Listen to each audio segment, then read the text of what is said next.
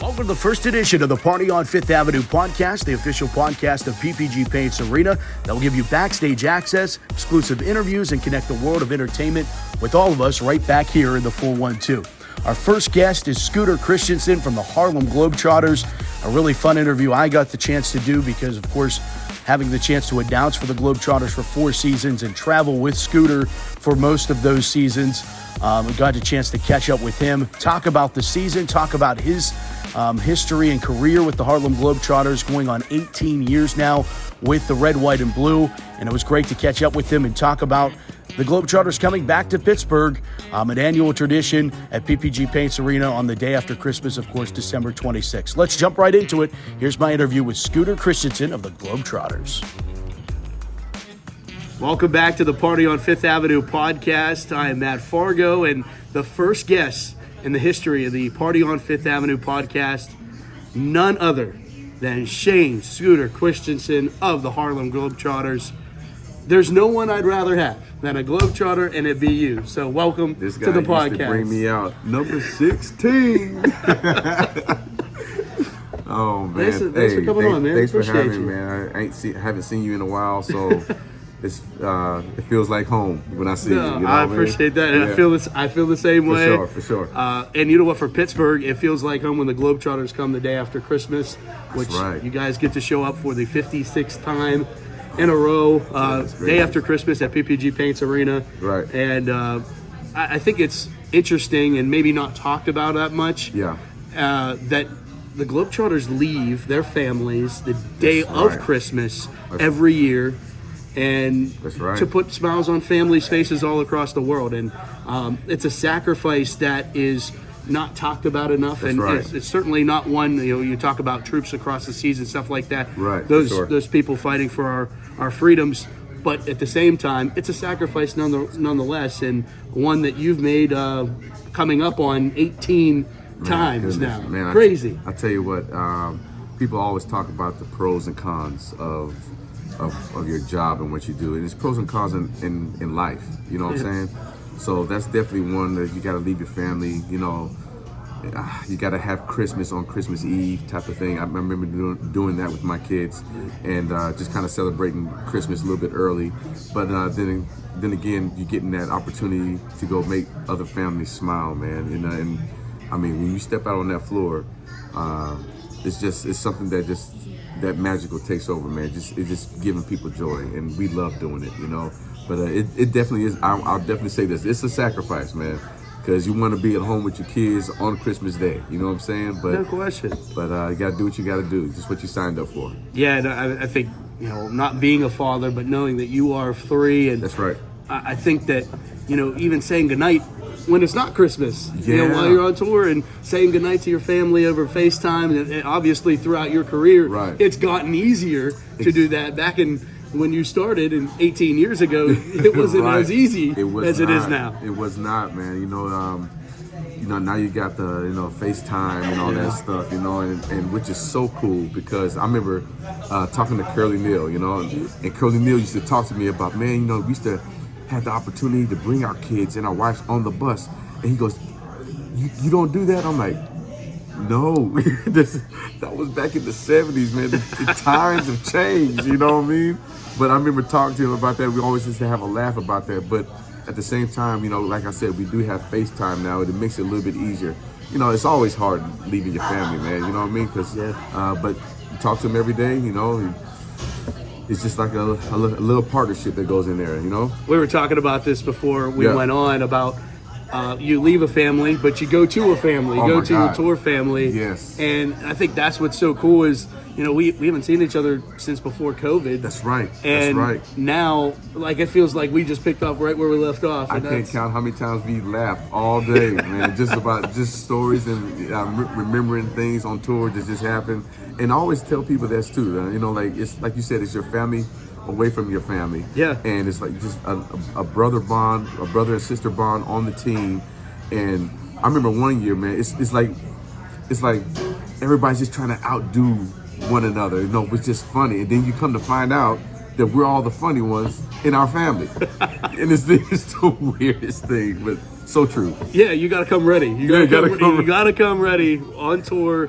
There's just that feeling. There's that emotion of like, you can't take a day off. Even when the show isn't happening, even when games aren't going on, right. Practices are almost the most dangerous time because no one's safe. Yeah, no one. But we talked about earlier today also that the thing that, people ask us, what do you remember? Yeah.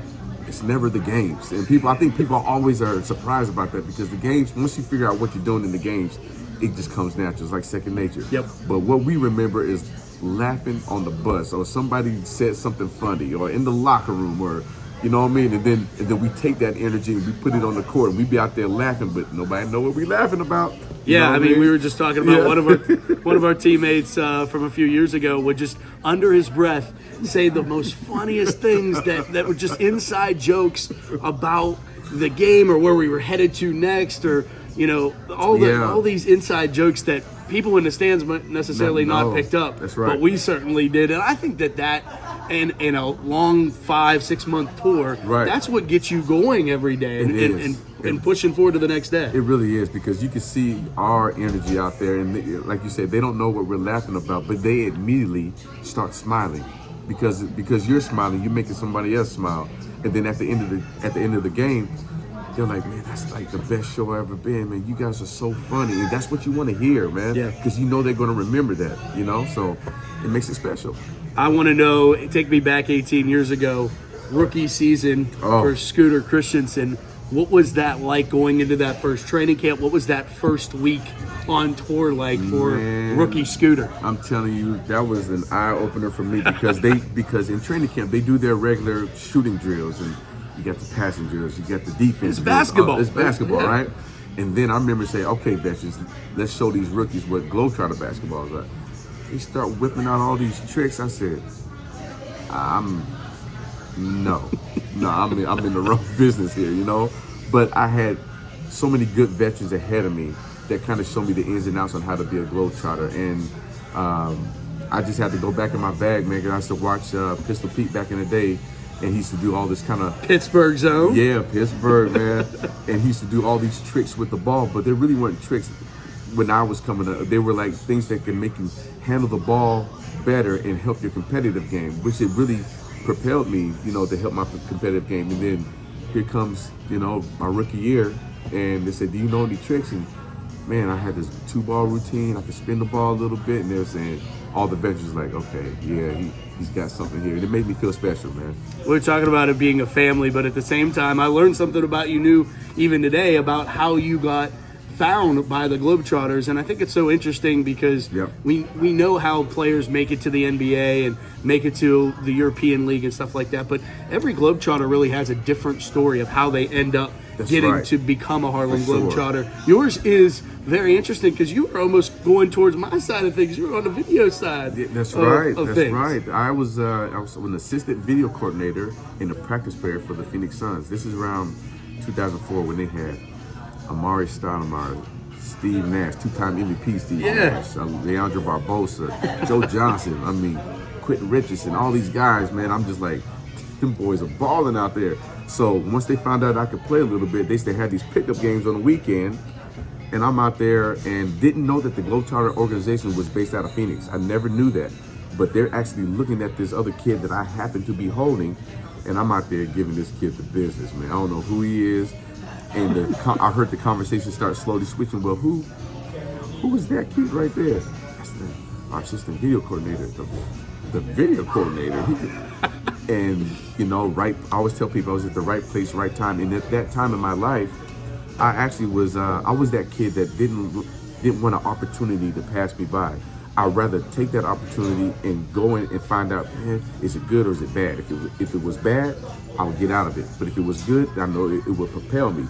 I never want to go through life or missing an opportunity and saying like, man, I should have done that. I could have done that. You know what I mean? So I did it. And then because the Suns were getting ready to send me to play pro ball overseas. And if that would have happened, I wouldn't be where I'm at today. I wouldn't have my wife and kids that I have. I've been so blessed, so it's been a blessing in disguise, man. everything ends up happening, that cliche, everything happens That's right. for a reason. And I remember like going into my audition for the Globetrotters in Atlanta, and I go down, I get flown down, and it's an empty gym.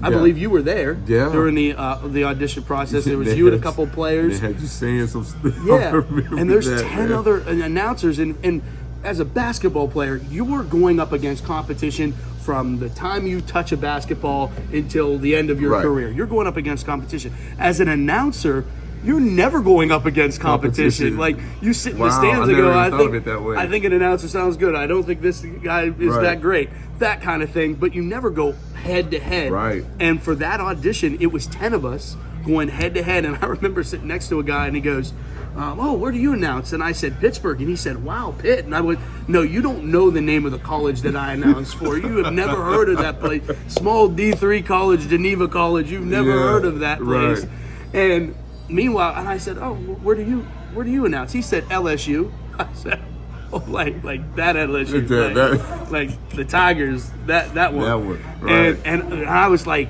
I'm a 24-year-old kid. I'm like, did I bite off more than I could chew getting here? I remember flying in and saying, and I'm going to tell my kids I auditioned for the Harlem Globetrotters because I thought there was no way that I was actually going to end up. Hey, man. And I remember it was kind of similar to your story of, I remember the president at the time who was sitting behind me going, he read that sponsorship read really well. And it's like, you don't realize that those things matter too. You're just thinking about, I'm going to hit my intro the right way and that kind of thing. Right. But sure enough, and then they called me like 2 weeks later and said, your first tour is in Israel.